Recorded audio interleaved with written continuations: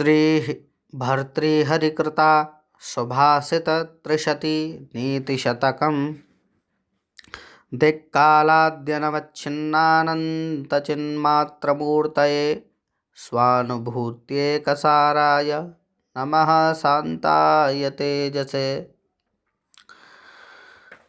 भर्तृहरि जी अपने प्रथम श्लोक में कहते हैं कि ग्रंथ के आदि मध्य तथा अंत में शिष्ट जन प्राप्त परंपरा के अनुसार शिष्यों को शिक्षा देने के लिए ग्रंथकार नमस्कारात्मक मंगलाचरण करते हैं। दिगिति पूर्व पश्चिम आदि 10 दिशाओं तथा भूत भविष्यत वर्तमान तीनों कालों आदि के द्वारा अपरिमेय अविनाशी तथा ज्ञानमय स्वरूप वाले चैतन्य मूर्ति, जिसकी सत्ता का बोधक प्रमाण केवल आत्मानुभव ही है, उस शांत और सर्व प्रकाश तेजो में परब्रह्म को नमस्कार है। इसमें अनुष्टुप छंद है। लक्षण संस्कृत टीकाओं में उपलब्ध होता है। अब जो है वो अज्ञ निंदा प्रकरण प्रारंभ होता है। याम चिंतयामि सततम मयि सा विरक्ता साप्यन्यमिच्छति जनम सजनोन्यसक्तः अस्मत्कृते च परितुष्यति काचिदन्या धिक्तां च तं च मदनं च इमां च मां च। किसी समय प्रजापालक राजा भर्तृहरि ने किसी ब्राह्मण से आयु को बढ़ाने वाला तथा वार्धक्य एवं रोग आदि को नष्ट करने वाला एक विलक्षण फल प्राप्त किया। राजा ने उस फल को अपनी पत्नी को प्रदान कर दिया। अन्य पुरुष में आसक्त उसने किसी पुरुष को प्रदान कर दी। वह जार पुरुष भी अन्य स्त्री को प्रदान कर दिया। उस स्त्री ने भी उसी राजा को वह फल प्रदान कर दिया।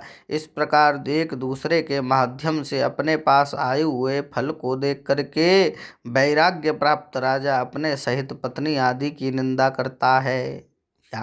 ओहो, जिस प्रियतमा स्त्री का मैं निरंतर चिंतन करता हूँ, वह मुझसे विरक्त होकर दूसरे पुरुष की इच्छा करती है, और वह पुरुष किसी अन्य स्त्री पर आसक्त है, किंतु वह स्त्री मुझ पर प्रसन्न है।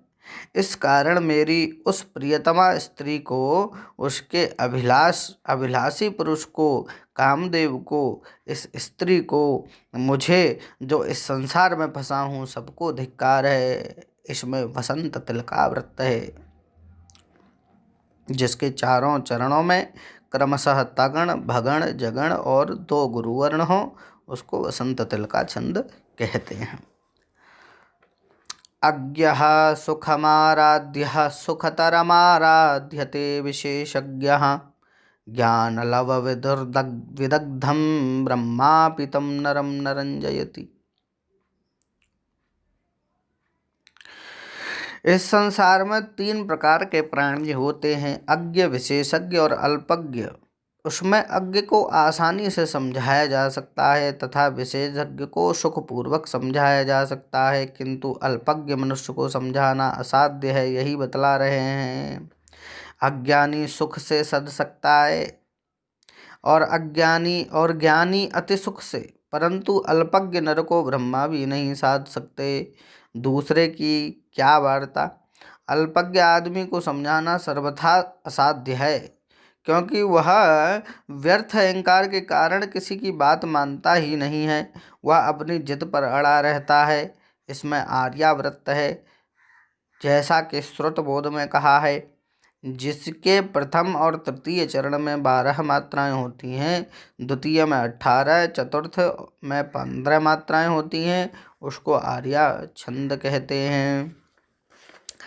प्रसय्यमणिमुद्धरेन्मकरवक्रदंष्ट्राङ्कुरात् समुद्रपि सन्तरेत् प्रचलदूर्मिमालाकुलं भुजङ्गमपि कोपितं शिरसि पुष्पवद्धारयेन् न तु प्रतिनिविष्टमूर्खजनचित्तमाराधयेत्। आगे कहते हैं कि 2 श्लोकों के द्वारा दृष्टांत पूर्वक मूर्ख जन के चित्त को प्रसन्न करने का विशदीकरण करते हैं। प्रसह्यति, मनुष्य बलपूर्वक मगर के मुख में दाढ़ों की नोक से मणि को निकाल सकता है और चंचल तरंगों से भरे हुए समुद्र को तैरकर पार कर सकता है और क्रोधित सर्प को फूल के पुष्प के समान सिर पर धारण कर सकता है। परंतु मूर्ख का चित्त जो असद वस्तु में लगा हुआ है उसे कोई नहीं अलग कर सकता, अर्थात दुराग्रही मनुष्य को प्रसन्न नहीं किया जा सकता। यह एक प्रकार से असंभव कार्य ही नहीं सर्वथा असंभव है। इसमें पृथ्वी छंद है जिसके प्रत्येक चरण में क्रमशः जगण, सगण, जगण, सगण, यगण, लघु तथा गुरु वर्ण हो। ऐसे 8 और 9 वर्णों पर यति हो उसे पृथ्वी छंद कहते हैं। लभेत सिकतासु तैलमपि यत्नतः पीडयन् पिबेच्च मृगतृष्णिकासु सलिलं पिपासार्दितः कदाचिदपि पर्यटच्छस विषाणमासादयेन् न तो प्रतिनिविष्ट मूर्ख जन चित्तमाराधयेत्। मूर्ख जन के चित्त को प्रसन्न करना पूर्ण रूप से असंभव है, अतः इसका प्रयास भी निरर्थक है। इसे कहते हैं लभेतेत। यदि यत्न से पेरा जाए तो बालू में भी तेल प्राप्त हो सकता है। मृग तृष्णा में प्यासा कदाचित जल भी पी सकता है। ढूंढने से खरहे का सींग भी मिल सकता है, परंतु मूर्ख का चित्त जो असद वस्तु में लगा है उसे कोई अलग नहीं कर सकता। पूर्व श्लोक में इसी भांति पृथ्वी छंद है। व्यालं बालं मृणालतन्तुभिरसौ रोद्धुं समुजृम्भते चेत्त्वं वज्रमणीन् शिरीशकुसुमप्रान्तेन सन्नह्यते माधुर्यं मधुबिन्दुना रचयितुं क्षाराम्बुदैरीहते नेतुं वाञ्छति या कलान् पथि सतां सूक्तैः सुधास्यन्दिभिः। खलों को सन्मार्ग में प्रवृत्त करना अति दुर्लभ है, यह बतला रहे हैं। व्यालमिति, वह मनुष्य कोमल व्याल कमल नाल के सूत से हाथी को बांधना चाहता है और शिरीष के फूल की पंखुड़ी से हीरे को बेंधना चाहता है और खारे समुद्र को एक बूंद मधु शहद से मीठा करना चाहता है। जो खलों को अपने अमृत समान उपदेश से सन्मार्ग में लाने की इच्छा करता है, अर्थात मीठे वचनों का प्रयोग कर दुष्ट को सज्जन बनाने में प्रवृत्त मनुष्य उपहासास्पद होता है। इसमें शार्दूल विक्रीडित छंद है जिसके चारों चरणों में क्रमशः मगण, सगण, जगण, सगण, तगण, तगण और गुरु वर्ण हो उसे शार्दूल विक्रीडित छंद कहते हैं। इसमें 12 और 7 वर्णों पर यति होती है। स्वायत्तमेकांत गुणं विधात्रा विनिर्मितं छादनमज्ञतायाः विशेषतः सर्वविदां समाजे विभूषणं मौनम पंडितानाम्। संप्रति मूर्ख जन की मूर्खता को ढकने का उपाय बतला रहे हैं।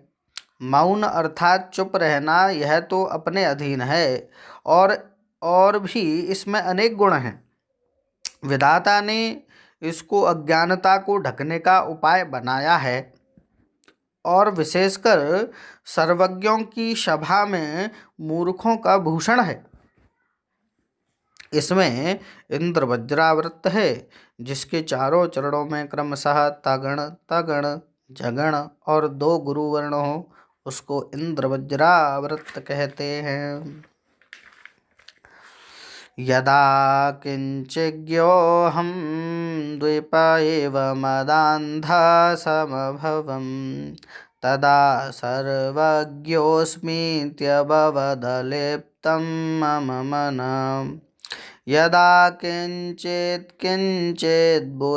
बोधजनसकाशादवगतं तदा मूर्खोऽस्मीति ज्वर इव मदो मे व्यपगतः।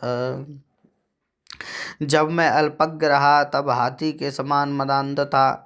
मेरे मन में ऐसा गर्व हुआ कि मैं सर्वज्ञ हूँ, और जब मुझे पंडितों के सामीप्य से कुछ ज्ञान प्राप्त हुआ तब मैंने अपने को मूर्ख समझा और अपने मद ज्वर के समान उतर गया और मेरा मद ज्वर के समान उतर गया। अर्थात अल्पज्ञ व्यक्ति अपने थोड़े ज्ञान को सब कुछ समझकर अहंकारी बन जाता है, किंतु जब विद्वानों की संगति से जानने लगता है तो वह अपने को अज्ञ समझने लगता है एवं अभिमान छोड़ देता है। अतः विद्वानों का संसर्ग विशेष लाभकारी होता है। इसमें शिखरणी व्रत है, जिसके चारों चरणों में यगण मगण नगण सगण भगण तथा लघु और गुरु वर्ण हो एवं 6 तथा 11 वर्णों पर यति हो, उसे शिखरणी व्रत कहते हैं। कृमिकुलचितं लालाक्लिन्नं विगन्धि जुगुप्सितं निरुपमरसं प्रीत्या खादन्नरास्ति निरामिषं सुरपतिमपि पार्श्वस्थं विलोक्य न शङ्कते नहि गणयति क्षुद्रो जन्तु परिग्रहफलगुताम्। कीड़ों के समूह से भरा, लार से भीगा हुआ, दुर्गंध भरा हुआ, निंदित निरस निर्मांस मनुष्य के हाड़ को निर्लज्ज श्वान प्रीति पूर्वक खाते हुए इंद्र को भी अपने पास खड़े हुए देखकर शंका नहीं करता। इससे यह सिद्ध हुआ कि क्षुद्र जीव जिस वस्तु को ग्रहण करता है उसकी स्वच्छता पर ध्यान नहीं करता। तुच्छता मनुष्य को निर्लज्ज बना देती है। इसी प्रकार स्वार्थपरायण प्राणी भी परिग्रह की तुच्छता को नहीं समझता है। ना तो वह किसी से डरता है, ना किसी की परवाह करता है। इसमें हरणी व्रत है, जिसमें 6, 4, 7 वर्णों पर यति होती है तथा जिसके चारों चरणों में क्रमशः नगण सगण मगण रगण सगण लघु और गुरु वर्ण हो, उसमें हरणी व्रत है। शिरः शार्वं स्वर्गात् पतति शिरसस्तक्षितिधरं महीध्रातोत्तुङ्गादवनिमवनेश्चापि जलधिम् अधो गङ्गासेयं पदमुपगतास्तोकमथवा विवेकभ्रष्टानां भवति विनिपातः शतमुख। विवेक शून्य मनुष्य का अनेक प्रकार से पतन हो ही जाता है। कहते हैं यह गंगा पहले स्वर्ग से शिवजी के मस्तक पर गिरी, फिर वहाँ से ऊंचे पर्वत पर और पर्वत से पृथ्वी पर, पृथ्वी से समुद्र में, इस क्रम से नीचे ही नीचे तुच्छ स्थानों में गिरती गई। वैसे ही विवेक भ्रष्ट लोग भी सर्वदा 100 प्रकार से गिरते ही जाते हैं। इसलिए मनुष्य को विवेकशीलता से काम करना चाहिए, अन्यथा धक्के खाता फिरेगा, उसका पतन हो जाएगा। इसमें शिखरणी व्रत है और लक्षण में पूर्वोक्त है।